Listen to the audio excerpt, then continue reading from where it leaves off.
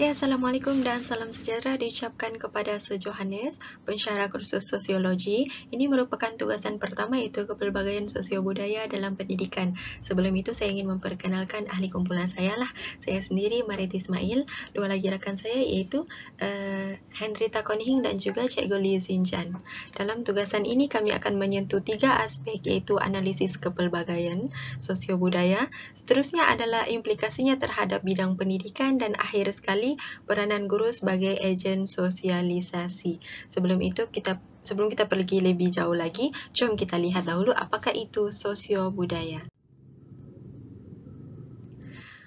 Okey, pertama sekali, apakah itu sosial? Sosial adalah segala perihal yang berkaitan dengan masyarakat, manakala budaya adalah segala aktiviti yang dilakukan oleh masyarakat berdasarkan akal budi yang mengandungi rasa cinta. Sebagai contoh, kesenian, moral, kepercayaan, adat resam dan lain-lain. Hasil integrasi antara sosial dan budaya inilah terhasilnya sosiobudaya, iaitu hubungan masyarakat dengan budaya. Seperti cara hidup, adat istiadat, adat resam, moral, kesenian, kepercayaan, dan lain-lain. Kebudayaan adalah suatu tata nilai yang berlaku dalam sebuah masyarakat yang menjadi ciri khas masyarakat tersebut, atau dalam arti kata lain, keistimewaanlah bagi sesebuah masyarakat. Seterusnya kita pergi kepada analisis kepelbagaian sosiobudaya. Bercakap tentang budaya, semestinya perlu ada bangsa. Jadi menurut Kamus Dewan pada tahun 1999, bangsa merupakan sekumpulan orang yang mempunyai ciri-ciri kebudayaan, nilai dan aspirasi yang sama. Okey, dalam tugasan ini, 3 bangsa yang dipilih iaitu Melayu, Cina dan Sino-Kadazan yang mana merupakan antara bangsa yang terdapat di kawasan Menggatal, Kota Kinabalu. Untuk bangsa Melayu atau kaum Melayu, dahulunya kaum Melayu berkegiatan sebagai nelayan dan bidang pertanian. Namun pada masa kini kebanyakannya sudah tidak tertumpu mengikut kaum. Ada yang bekerja sebagai nelayan, petani, peniaga dan bekerja di jabatan kerajaan. Untuk kaum Cina pula, masyarakat Cina ni lebih cenderung untuk menceburi bidang perniagaan yang berpendapat bahawa boleh menjadi pendapatan yang lumayan. Okey, dengan itu, kebanyakan masyarakat Cina yang menjalankan perniagaan mampu mengumpul banyak harta dan meninggalkan harta yang mereka kumpul itu kepada generasi seterusnya. Kiranya macam harta pusaka lah. Tambahan pula menurut kaum Cina, orang yang berjawatan profesional akan dipandang mulia dan mudah menarik jodoh seperti doktor, peguam, jurutera. Oleh demikian, masyarakat Cina lebih cenderung untuk menghantar anak mereka melanjutkan pelajaran dalam bidang-bidang profesional. Manakala kaum Sino-Kadazan pula merupakan perkahwinan campur antara kaum Cina dan juga kaum Kadazan. Masyarakat Sino-Kadazan yang moden rata-rata memilih untuk tinggal di bandar atas tugasan tuntutan pekerjaan. Walau bagaimanapun ada di antara mereka yang masih menetap di kawasan kampung. Mereka menjalankan aktiviti menanam padi dan menjalankan pekerjaan-pekerjaan yang lainlah di kampung. Mereka yang mempunyai darah kacukan Sino-Kadazan ni akan mempunyai kelebihan dari aspek berbahasa. Kenapa? Sebabnya mereka dapat berkomunikasi dengan bahasa ibunda ibu bapa mereka, iaitu 2 bahasa, bahasa Cina dan juga bahasa Kadazan. Seterusnya kita pergi kepada implikasi kepelbagaian budaya ni terhadap pendidikan. Okey, di sini kita akan dapat lihat implikasinya terhadap 4 aspek, iaitu yang pertama terhadap murid, kedua terhadap guru, seterusnya terhadap sekolah dan akhir sekali kita akan lihat impaknya terhadap kurikulum tersirat. Okey, kita pergi kepada aspek pertama iaitu murid. Yang pertama, kemahiran dan penguasaan bahasa yang berbeza. Sesetengah murid hanya menguasai dialek, bahasa ibunda atau dialek semata-mata berkemungkinan menghadapi masalah pembelajaran, kurang faham bahan yang dibaca, dan penerangan yang disampaikan oleh guru mereka. Kesannya mereka akan ketinggalan dalam pelajaran. Pelajar yang menguasai 2 atau lebih bahasa pula, contohnya bahasa ibunda, bahasa Melayu, dan bahasa Inggeris, mereka ni akan lebih mudah menguasai pembelajaran. Seterusnya, gender. Pelajar perempuan kebanyakannya lebih tekun dan memberi perhatian dalam pembelajaran. Mematuhi peraturan bilik darjah dan sekolah, mereka ni lebih kemas dan teratur dan menunjukkan prestasi yang baik pada peringkat rendah. Manakala pelajar lelaki menunjukkan prestasi lebih baik pada peringkat menengah. Pelajar lelaki biasanya lebih mendapat perhatian guru dalam pembelajaran dan interaksi dengan guru lebih baik.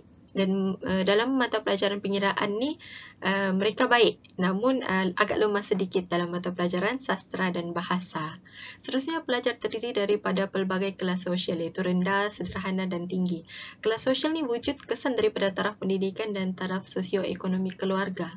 Okey, pelajar yang tergolong dalam kelas sosial rendah mungkin menghadapi masalah berkaitan rapat dengan pembiayaan, kemudahan belajar, kurang kelengkapan untuk belajar dan sebagainya. Kesannya pelajar kurang bersemangat dan berisiko menghadapi keciciran dalam persekolahan. Manakala murid yang datang daripada golongan sosioekonomi sederhana dan tinggi akan kurang menghadapi masalah kelengkapan dan kemudahan pembelajaran. Okey, berpeluang menghadiri kelas bimbingan berbayar sebagai contoh tuition, mendapat perhatian dan dorongan yang khusus daripada ibu bapa mereka berbanding yang sosioekonominya rendah. Hasilnya, peluang mendapatkan pendidikan lebih meluas berbanding mereka yang berada dalam lingkungan taraf sosioekonomi rendah. Okey, seterusnya yang terakhir, proses sosialisasi antara kaum. Suka saya mengambil petikan daripada Airin Suraya, Tan dan Nor Banu pada tahun 2021. Pelajar yang terbiasa dengan kepelbagaian budaya nescaya akan mempunyai hubungan interaksi yang baik sesama rakan pelbagai budaya. Aspek yang kedua adalah implikasi terhadap guru. Okey, menurut Yong pada tahun 2018 yang berpendapat bahawa guru yang mempelajari kebudayaan kaum lain akan menyumbang kelebihan kepada diri mereka sendiri dan juga kepada pelajar mereka dalam aktiviti pengajaran dan pembelajaran di sekolah. Dengan wujudnya kepelbagaian budaya di sebuah institusi pendidikan seperti sekolah, guru pertama sekali kena mengenal latar belakang pelajar mereka, taraf sosioekonomi, tempat tinggal, budaya, adat resam, kepercayaan, bahkan agama murid-muridnya. Ini akan membolehkan guru itu menerima dan memberikan layanan yang lebih baik dan adil kepada semua pelajarnya. Dengan kepelbagaian budaya di sebuah institusi, guru perlu juga memperbagaikan strategi pembelajaran dan kewujudan strategi pembelajaran kooperatif adalah berkesinambungan dengan budaya yang pelbagai ini. Kata kuncinya di sini adalah kooperatif, iaitu bekerjasama atau dalam arti kata lain, kumpulan. Aziana dan Christina pada tahun 2018 menyatakan bahawa dasar pembelajaran kooperatif yang menggalakkan pelaksanaan aktiviti secara berkelompok akan memberi peluang untuk pelajar mengambil bahagian secara aktif dalam proses pengajaran dan pembelajaran. Seterusnya, kelas sosial murid yang wujud. Ekoran kepelbagaian latar belakang sosioekonomi pelajar. Perbezaan kelas sosial dan kaum ini perlulah diketepikan dan semua murid perlu dilayan dengan sama rata tanpa mengambil kira kelas sosial mereka dan kaum mereka. Okey, dalam konteks pengurusan bilik darjah dan hubungan pula, tugas guru ni seperti yang kita tahu tidak terhad kepada pengajaran dan melaksanakan kurikulum formal sahaja, tetapi juga hubungan di dalam bilik darjah itu penting agar pembelajaran yang berkesan dapat dicapai. Sebagai contoh, kawalan tingkah laku murid melalui peraturan diperlukan untuk mewujudkan suasana yang terkawal.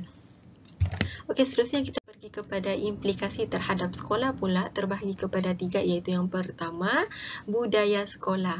Dengan wujudnya jenis-jenis sekolah yang berbeza, budaya sebuah sekolah itu juga akan berbeza, betul? Sesuai dengan kaum yang terdapat di dalamnya. Warga sekolah, iaitu guru atau pelajar juga mempunyai latar belakang yang berbeza. Bagi sekolah yang berprestasi tinggi, budaya dan aspirasi sekolah juga akan turut terserlah, berbeza dengan sekolah-sekolah yang mempunyai pencapaian rendah dan sederhana. Masalah sosial, sikap dan pencapaian mereka akan lebih terserlah. Seterusnya, kepimpinan sekolah. Kejayaan sebuah institusi itu bergantung kepada cara kepimpinan pengurus institusi tersebut. Okey, pengurus yang baik dapat mewujudkan suasana sekolah yang harmoni, mesra dan bekerjasama dalam satu pasukan.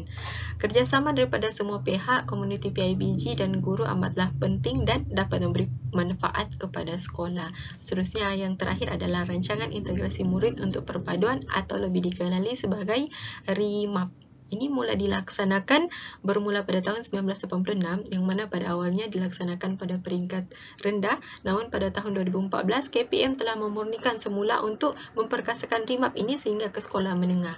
Melihat dengan nama RIMAP itu sendiri, jelas bahawa ianya merupakan satu program yang diwujudkan bertujuan untuk memupuk kepelbagaian etnik dalam kalangan pelajar melalui program-program yang dilaksanakan. Ini menurut Hasnul Husna dan Muhammad Syarifuddin pada tahun 2018. Okey, gambar di skrin menunjukkan satu program RIMAP yang telah dilaksanakan di SK Sebahu Bintulu, Sarawak. Pelbagai aktiviti yang mereka jalankan antaranya ibu bapa, guru dan murid mengenakan pakaian tradisional masing-masing pada ketika itu. Pelbagai persembahan juga turut diadakan seperti tarian tradisional, tarian ngajat, pertandingan rakaman wifi bertemakan pakaian tradisional dan banyak lagi. Seterusnya, implikasi terakhir itu terhadap kurikulum tersirat.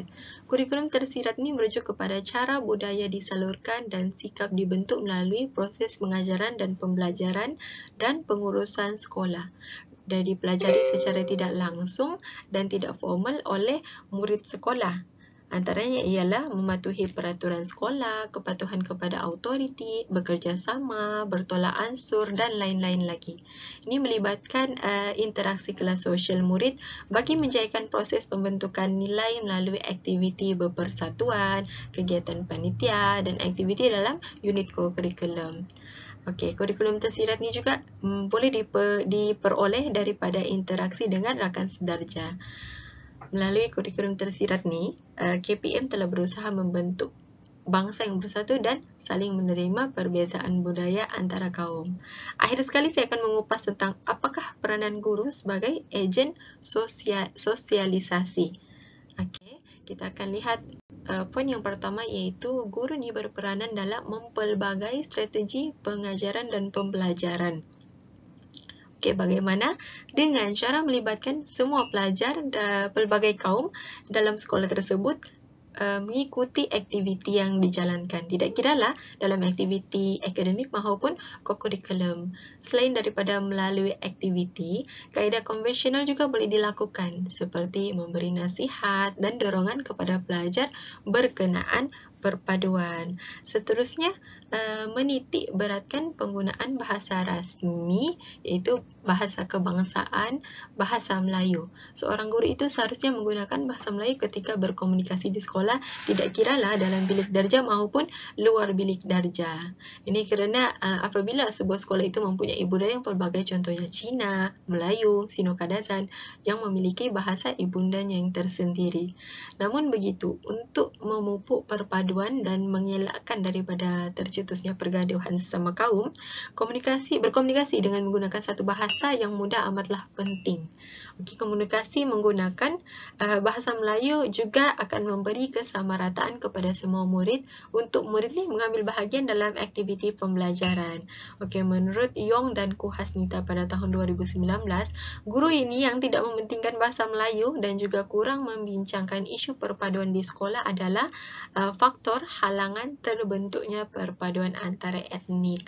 Maka dari itu, peranan yang ketiga adalah guru sebagai penyampai ilmu perpaduan.